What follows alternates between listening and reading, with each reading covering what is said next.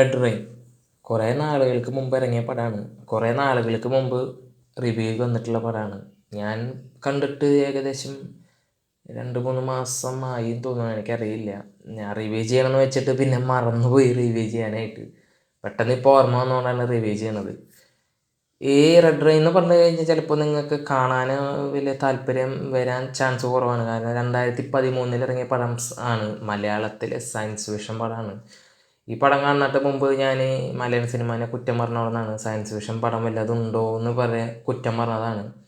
പക്ഷേ ഈ പടം കണ്ടതിന് ശേഷം എനിക്ക് മനസ്സിലായി തെറ്റായിരുന്നു എന്നുള്ളത് എനിക്ക് മനസ്സിലായി. കാരണം ഇവിടെ കാലങ്ങൾക്ക് മുമ്പ് ഇപ്പോൾ കുറേ പേര് കുറ്റം പറയുന്ന സിനിമകളൊക്കെ ഇറങ്ങിയിട്ടുണ്ട്. അത് നമ്മൾ കാണാത്തതാണ്.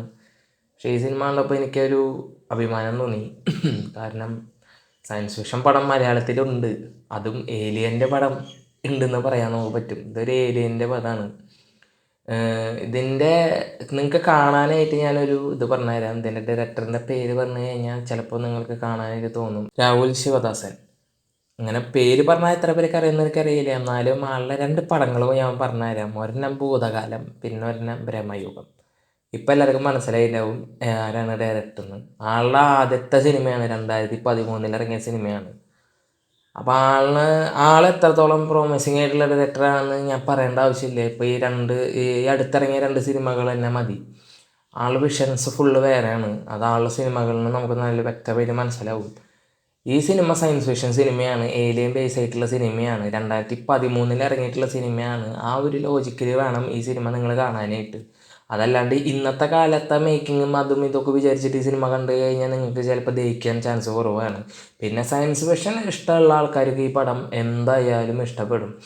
പക്ഷേ പടത്തിന് തരത്തിൻ്റേതായിട്ടുള്ള കുറച്ച് അന്നത്തെ കാലത്ത് ഇറങ്ങിയിട്ടുള്ള അതിൻ്റെ കുറച്ച് പോരായ്മകളുണ്ട്. അപ്പോൾ അത് എഡിറ്റിങ്ങിൻ്റെ ഭാഗത്തു നിന്നായാലും ഡബ്ബിങ്ങിൻ്റെ ഭാഗത്തു നിന്നായാലും ക്യാമറയുടെ ഭാഗത്തു നിന്നായാലും ഡയലോഗിൻ്റെ ഭാഗത്തു നിന്നായാലും പോലും നമുക്കത് നല്ല രീതിയിൽ ഫീലാവും. അതുകൊണ്ട് ഇരുന്ന് കാണാൻ ചിലപ്പോൾ നിങ്ങൾക്ക് എന്താ പറയുക പറ്റിയെന്ന് വരില്ല ചിലപ്പോൾ. പക്ഷേ സയൻസ് ഫിക്ഷൻ എന്നുള്ള രീതിയിൽ എന്താണ് അന്നത്തെ കാലത്ത് ഇതിൽ ഇവർ ചെയ്ത് വെച്ചിരിക്കുന്നത് നിങ്ങൾക്ക് കാണാനൊരു ക്യൂരിയോസിറ്റി ഉണ്ടെങ്കിൽ നിങ്ങൾക്ക് ഈ പടം കാണുമ്പോൾ എന്തായാലും ഇഷ്ടപ്പെടും. ഇത് കുറേ കാര്യങ്ങൾ സംസാരിച്ച് പോകുന്ന ഒരു സിനിമയാണ്.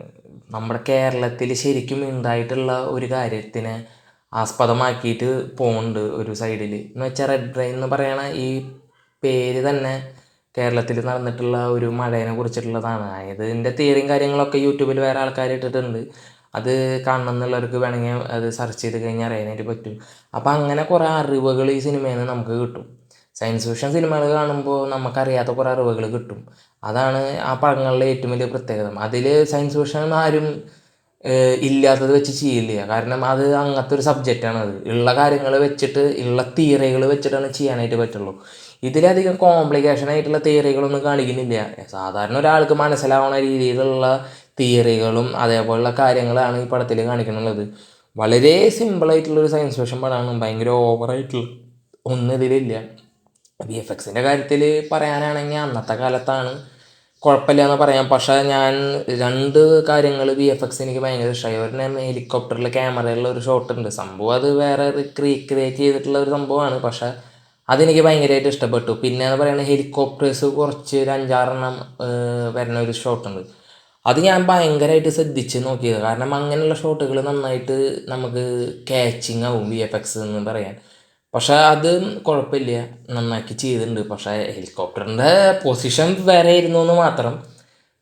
കുറ്റം പറയാനാണെങ്കിൽ കുറേ ഉണ്ട്. പക്ഷേ കുറ്റം പറയാനല്ല ഞാൻ ചെയ്യുന്നത്. ഞാൻ എന്ന് വെച്ച് കഴിഞ്ഞാൽ ഈ പടം എന്തായാലും മാക്സിമം എല്ലാവരും കാണാനായിട്ട് ശ്രമിക്കുക. കാരണം ഇതിൽ കുറേ കാര്യങ്ങൾ ചർച്ച ചെയ്യുന്നുണ്ട്. കുറേ ആൾക്കാർക്ക് കണ്ണാക്കി കൊടുക്കണ കുറേ ഡയലോഗുകളും കാര്യങ്ങളുണ്ട്. എന്ന് വെച്ച് കഴിഞ്ഞാൽ 2013 ഇന്ന് നമ്മൾ ചർച്ച ചെയ്യണ പല തിയറികളും 2013 പറയുന്നുണ്ട്. ഇന്നും ഭയങ്കരമായിട്ട് എല്ലാവരും ഉറ്റുനോക്കണ പല കാര്യങ്ങളും ഇതിൽ ചെറുതായിട്ട് പറഞ്ഞു പോകുന്നുണ്ട്. അതാ പറയണം. അപ്പം അത് എനിക്ക് ഭയങ്കരമായിട്ട് കണക്റ്റായത്. എന്താ അങ്ങനെ ഒരു സംഭവം എനിക്ക് കണക്റ്റായി, എനിക്കിഷ്ടപ്പെട്ടു. പക്ഷേ കണ്ടിരിക്കാൻ പറഞ്ഞില്ലേ, അത്രയും നിങ്ങൾക്ക് താല്പര്യം ഉണ്ടെങ്കിൽ മാത്രമേ നിങ്ങൾ കണ്ടിരിക്കുള്ളൂ. പക്ഷെ ഞാൻ പറയാം, നിങ്ങളെല്ലാവരും ഒന്ന് കാണണം. കാരണം നമ്മുടെ കേരളത്തിൽ ഇടുക്കി ജില്ലയിൽ നടന്നിട്ടുള്ള ഒരു സംഭവം ഇതിൽ കാണിക്കേണ്ടത് റിയൽ ആയിട്ടുള്ളൊരു സംഭവമാണ്. അത്ഭുതങ്ങളാണ് മൊത്തം. അതുകൊണ്ട് എനിക്ക് അതൊരു പുതിയൊരു അറിവായിരുന്നു. കാരണം ഞാനിപ്പോൾ എൻ്റെ അമ്മയച്ഛൻ്റെ അടുത്ത് ചോദിച്ചപ്പോഴും അവർക്ക് അങ്ങനെ സംഭവം ഉണ്ടായത് തന്നെ അറിയില്ല എന്നാണ് അവർ പറയണത്. പക്ഷേ ശരിക്കും ഉണ്ടായിട്ടുണ്ട്. അന്നത്തെ കാലത്ത് ഉണ്ടായത് നമ്മുടെ അച്ഛനമ്മമാർക്കും പോലും അറിയുന്നില്ല. മനസ്സിലായില്ല. അപ്പോൾ അങ്ങനെ അതുകൊണ്ട് നമുക്കത് പറയണത് അതൊരു അറിവാണെന്ന് ഞാൻ പറയണം. അപ്പോൾ കാണാൻ താല്പര്യമുള്ളവർ, സയൻസ് ഫിക്ഷൻ താല്പര്യമുള്ളവർ എന്തായാലും കണ്ടോ, നിങ്ങൾക്ക് ഇഷ്ടപ്പെടും. അല്ലാത്തവരൊന്ന് ജസ്റ്റ് കണ്ട് നോക്കി നോക്ക്, എങ്ങനെയുണ്ടെന്ന് അറിയാൻ പറ്റും. ഏലിയനെ കാണിക്കുന്ന സീനൊക്കെ, ആ സീനൊന്നും എന്താ പറയുക, ക്ലൈമാക്സ് ഒന്നും അധികം വിവരിക്കണില്ല. എന്താ ഉണ്ടാവണം, എന്താ സംഭവങ്ങളൊന്നും വിവരിക്കണില്ല. കുറച്ചൊക്കെ നമ്മുടെ തോട്ടിന് വിട്ടേക്കാണ്, കുറച്ചൊക്കെ ആളുടേതായ രീതിയിൽ ചെയ്തേക്കാണ്. ഞാൻ പറഞ്ഞില്ലേ, ഭയങ്കര തിയറികളായിട്ട് ചെയ്തിട്ടില്ല, തിയറിപരമായിട്ട് ഈ പടം ഒന്നും ചെയ്തിട്ടില്ല. ചെറിയൊരു കോൺസെപ്റ്റ് കഥ അത് ആൾക്ക് പറ്റണ പോലെ ബിൽഡ് ചെയ്തിട്ട് ഇറക്കിയെന്ന് മാത്രം. ഈ പടം വന്ന് വിജയിച്ചിട്ടുണ്ടോയെന്ന് എനിക്കറിയില്ല. പിന്നെ പോരായ്മ തോന്നിയെന്ന് വെച്ച് കഴിഞ്ഞാൽ, നമ്മൾ വ്ളോഗിങ് ചെയ്യണ പോലെ ക്യാമറയിലുള്ള കുറച്ച് ഷോട്ടുകളുണ്ട്, അത് ഭയങ്കര ലെങ്ത്ത് കൂടുതലാണ്. അത് നമ്മളെ ഭയങ്കരമായിട്ട് ബോറടിപ്പിക്കും. അതാണ് ഈ പടത്തിൻ്റെ ഏറ്റവും വലിയ പോരായ്മ. പക്ഷേ ഇന്നത്തെ കാലത്ത് ആളുടെ പടങ്ങൾ ഒന്നും പറയാനില്ലല്ലോ നമുക്ക്. കാരണം മേക്കിങ് അതാ പറയണ, അത് അങ്ങനെയാണ്. അപ്പോൾ കാണാൻ താല്പര്യമുള്ളവർ കണ്ടു നോക്കാം. എന്തായാലും ചാൻസ് കുറവാണ് നിങ്ങളെല്ലാവരും കാണാൻ. ഒരു ഏലിയൻ പടം കാണണം, മലയാളം ഏലിയൻ പടം കാണണം എന്നുണ്ടെങ്കിൽ ധൈര്യമായിട്ട് കണ്ടു. മറ്റൊരു വീഡിയോ ആയിട്ട് വരുന്നതിലേക്കും ടേക്ക് കെയർ ദെൻ ബൈ.